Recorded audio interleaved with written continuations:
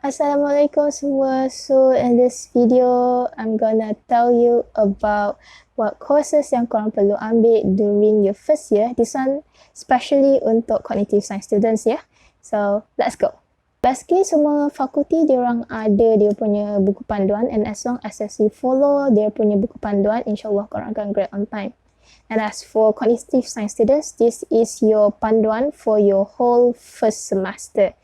So, kalau lihat kat sini, Sem 1 korang ada 5 kursus teras and 3 kursus university. So, I terangkan dulu lah kursus teras. Kursus teras korang ada basic programming, discrete structure, linguistic and analysis, introduction to cognitive science and cognitive psychology. So, let's start off with basic programming first. Basic programming ni korang akan belajar pasal C++ programming language. So here you guys akan learn how to code. And there are assignment, exam or kadang-kadang lecturer akan bagi weekly task. As for buku rujukan, I suggest that this book, or you guys boleh ambil mana-mana buku rujukan yang ada C++. So I suggest this book because dia punya syllabus dia like almost the same as yang syllabus yang uni dah tetapkan. So next is discrete structure. This one I could say that maths yang paling senang yang korang pernah belajar lah. Sebab first of all, orang yang tak suka calculation ni, this is the best for you because believe me that this discrete structure dia teramatlah jarang guna calculations, and also tak ada calculation sangat. I could say that this is logics math yang korang akan belajar pasal reasoning yang ada union, intersection yang korang belajar time SPM dulu, and then after that metric. Yang ni taklah susah sangat. Dia akan advance sikit yang korang belajar selalu 2 times 2, 3 times 3. Yang ni yang besar sikit kadang-kadang 4 times 4, 5 times 5, something like that. And also ada function. Function ni senang sangat. So I could say that discrete structure ni memang senang, and korang ada assignment juga, and also exam and tutorials. And then next for linguistic and analysis. This one I could say that bagi saya susah lah sikit sebab I'm not a linguistic person. Sebab dalam ni kan korang akan belajar pasal phonetics, phonemes, kind of stuff. Sebab korang akan belajar pasal cara bunyi A is A, cara bunyi B is B. And then korang bukan setakat belajar bunyi tau, korang have to write down dia punya bunyi. Sebab kan dia banyak lah, korang akan confuse. So tips ni korang banyak-banyak lah practice how to write dia punya pronunciations. And then dia pun ada assignments and exam. And as for cognitive psychology dengan introduction to cognitive science, okay, dia ada buku teks dia orang sendiri. So, introduction to cognitive science, I guna yang written by Sobel. And then, dia punya cognitive psychology is this one. So, basically, I could say that yang both of this is theory. Like, memang theory pun, these two courses. And untuk korang score for exam is korang have to faham betul-betul dia punya theory. Sebab for me, I faham dulu baru I hafal. Sebab kalau korang tak faham dia punya theory or dia punya principle about that thing, memang susah lah korang nak elaborate nanti. And then also dia ada exam and assignments. So next is kursus university. So kursus university tadi I dah cakap ada TITAS, preparation of English and soft skill. So I don't know batch 2020, 2021 diorang ada TITAS ke tak, tapi if diorang tak ada TITAS, pihak universiti akan gantikan TITAS dengan something yang equivalent dengan TITAS. Okay, so I also don't know, so wait and see. And next is preparation of English. So this one, kalau band 1 and band 2, korang dapat band 1 or band 2 dalam MUET, you guys have to take 3 types of English lah. Dia ada 3 ways. Not 3 ways. Memang 3 jenis English yang korang perlu ambil. And as for band 3, korang ada 2 English yang korang ambil. And sama juga dengan 4, 5, 6. Ada 2 English yang korang ambil. Tapi lain-lain lah nanti. And then in this version of English, sama juga ada exam and assignments. And lastly, for kursus university is soft skill. So soft skill ni macam kerja amal. Nanti korang perlu lantik lah OC. OC is organizing chairperson, secretary, ahli-ahli dia, something like that. And then you guys lah yang handle untuk buat kerja amal tu. And then I think that's it for Sem 1. So let's move on to semester 2. So semester 2 korang sama juga ada 5 core courses, kursus teras, and ada 4 kursus university. So let's start off with kursus teras dulu. So kursus teras ada Foundation of Artificial Intelligence. So Foundation of Artificial Intelligence dia macam basic programming juga. Sebab korang akan belajar pasal programming. Tapi bezanya dalam Foundation of AI ni, I boleh cakap ada 2 bahagian lah. Satu teori, satu practical. So teorinya korang perlu belajar pasal teori about AI. Korang perlu belajar pasal asal usul dia, how the AI works. Macam tu lah. And as for dia punya practical part, korang perlu belajar pasal Python programming language.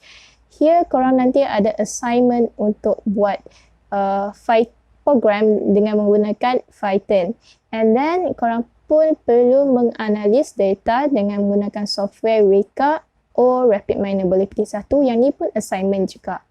So difference dia dengan basic programming is that basic programming memang ada satu kelas. Lecture akan ajar korang from A to Z about C++ tu lah, coding tu. Tapi kat Foundation of AI, lecture akan ajar korang teori je pasal AI.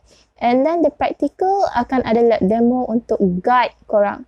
Ada weekly task and then assignment. So assignmentnya based on dia punya tadi lah yang practical, yang korang have to do programs using Python language dengan yang analyze data. So next is calculus and algebra. Dengan word calculus pun orang dah seram dah sebab susah kan, sebab ada admaths. But then taklah susah mana pun kalau korang buat practice. And for those yang art stream students yang tak pernah ambil admaths, jangan risau sebab I boleh cakap yang calculus ni bukanlah susah mana pun.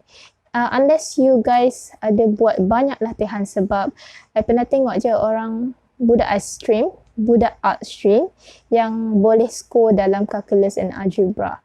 So yang ni korang reference dia boleh check dengan lecture korang, boleh refer nota lecture korang je. Kalau tak nak pun you guys boleh check lah korang punya admaths punya SPM punya buku, because it's almost the same. And then as for dia punya task, dia ada task. Dia task taklah task sangat, dia macam quiz. Okay, quiz mingguan atau quiz bulanan, it depends. And then exam and assignments. So sama juga dengan course yang lain. So next is cognitions and design. Yang ni aku rasa that susah lah. Sebab korang perlu faham that principle. Sebab every design dia ada principle sendiri. Even sebab dia punya functions of design. Aku rasa that principles of design macam tu lah. Sebab every design dia ada kegunaan dia. Dia ada principle dia. That is what you learn dalam cognitions and design nanti. So dalam cognition and design ni korang ada assignments and exam. So assignment basically korang akan bagi satu lecturer akan bagi satu topik and you guys perlu run out macam case study and then build the prototype lah menggunakan prinsipal yang telah diajar. And then korang pun ada exam. So exam ni basically based on case study. So aku said that and it is open book. Walaupun open book, korang tak ada masa pun sebenarnya nak belik satu-satu dia punya prinsipal. Sebab korang kena fikir satu persatu prinsipal. So my advice is korang fahamkan every principle. Tak perlulah nak hafal, but fahamkan. Sebab nanti time exam korang tengok question tu, korang dah tahu yang question ni nak prinsipal apa, and then korang elaborate. As for buku teks, korang ada dua, dari Don Norman dengan Williams. So Don Norman is everything, design of everything, and William punya is the universal principles of design. Itu je korang perlu guna for your cognitions and design. And then as for HDP and cognitive neuroscience, so both of this is theory punya subject. So kena hafal, kena faham dan hafal dan aplikasi. So HDP-nya I tak ada buku untuk recommend sebab I pun guna lecturer punya note. So HDP korang belajar pasal human growth lah. Bukan human growth yang berapa tinggi. Dia macam dia punya psychological punya development, physical development. Dia macam tu lah dalam HDP. And for cognitive neuroscience, dia ada buku. So this is the buku. And as for cogneuro pula, korang akan belajar pasal otak. Otak it's not lah macam budak medik. Like, dia punya, you guys belajar pasal otak dengan, relation otak dengan behavior, relation otak dengan human instinct lah, macam tu. Okay. And then as for kursus university, korang ada ICT, ada entrepreneurships, ada preparations of English module 2, and ada co-curriculum berkredit. So as for ICT ni tak ada kelas lah sebenarnya.